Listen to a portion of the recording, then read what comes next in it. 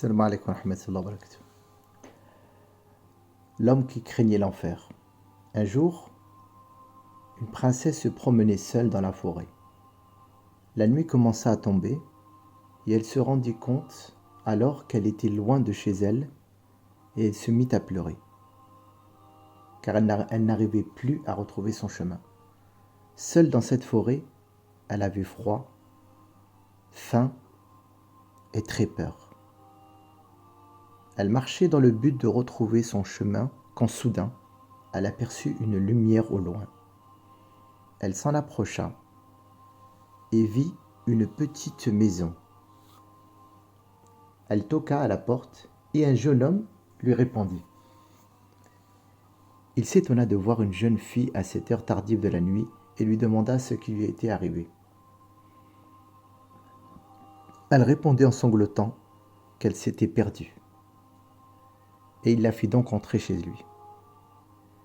Il vivait seul. Il se rappela cette phrase. Quand deux personnes sont seules, Shaitan est la troisième personne. Il lui donna à manger, à boire, ainsi que des vêtements chauds, et lui présenta une chambre où elle passerait la nuit. Il s'assura qu'elle ne manquait de rien, puis il partit faire la prière. Shaitan lui dit de se dépêcher, car la princesse est seule dans l'autre pièce. C'est une belle fille, parfumée et séduisante. Pour combattre Satan, le jeune homme enchaîna une prière à la suite de l'autre, pendant une bonne partie de la soirée,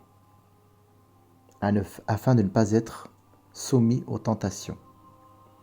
Mais Shaitan continua toujours à l'inciter à tenir compagnie à la princesse et à commettre l'irréfutable, le péché de la fornication.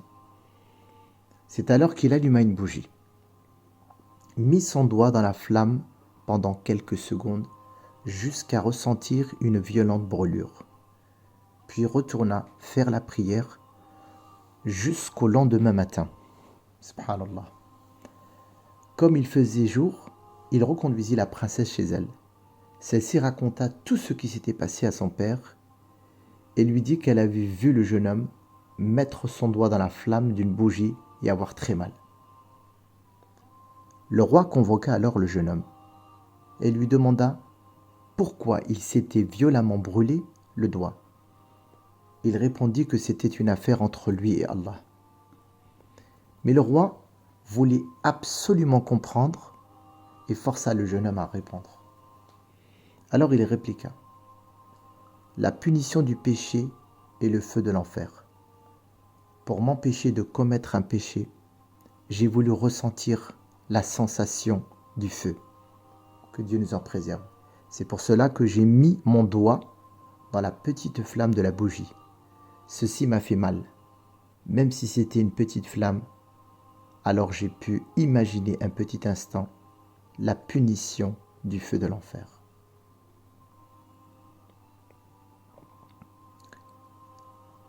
Subhanallah, cette histoire doit nous interpeller à l'époque où tout est fait pour inciter les jeunes gens et les jeunes filles à s'adonner au plaisir et laisser libre cours à tous leurs désirs. Allah Azza wa Jal nous dit dans le Saint-Coran : وَقُلْ لِلْمُؤْمِنِينَ يَغُضُّوا مِنْ أَبْصَارِهِمْ وَيَحْفَظُوا فُرُوجَهُمْ. Dis aux croyants de baisser leurs yeux et de préserver leur sexe. Et la même recommandation a été faite aux jeunes filles et aux jeunes hommes. وَقُلْ لِلْمُؤْمِنَاتِ يَغْضُضْنَ مِنْ أَبْصَارِهِنَّ وَيَحْفَظْنَ فُرُوجَهُنَّ. Et dit aux femmes de baisser leur regard et de préserver leur virginité. Le prophète sallallahu alayhi wa sallam a promis à ceux qui résisteront au péché de la tentation et répondront à l'appel de Dieu lorsqu'il nous dit La taqrabu zina innahu kana fahishatan wa sa'a sabila. N'approchez pas de la fornication, car c'est une turpitude. Celui qui aura baissé ses yeux et aura patienté face à la brûlure du péché, Allah Azza wa Jal le comptera parmi les 7 qui sont ombragés le jour du jugement dernier. Et celui qui aura refusé de répondre à cet appel en jeûnant, en priant, en invoquant Dieu subhanahu wa ta'ala, Allah Azza wa Jal le préservera jusqu'au mariage. Car c'est la seule issue que Dieu nous ait autorisée afin de pouvoir accomplir la moitié de notre religion et de nous rapprocher d'Allah Azza wa Jal. Wassalamu alaikum wa rahmatullahi wa barakatuh.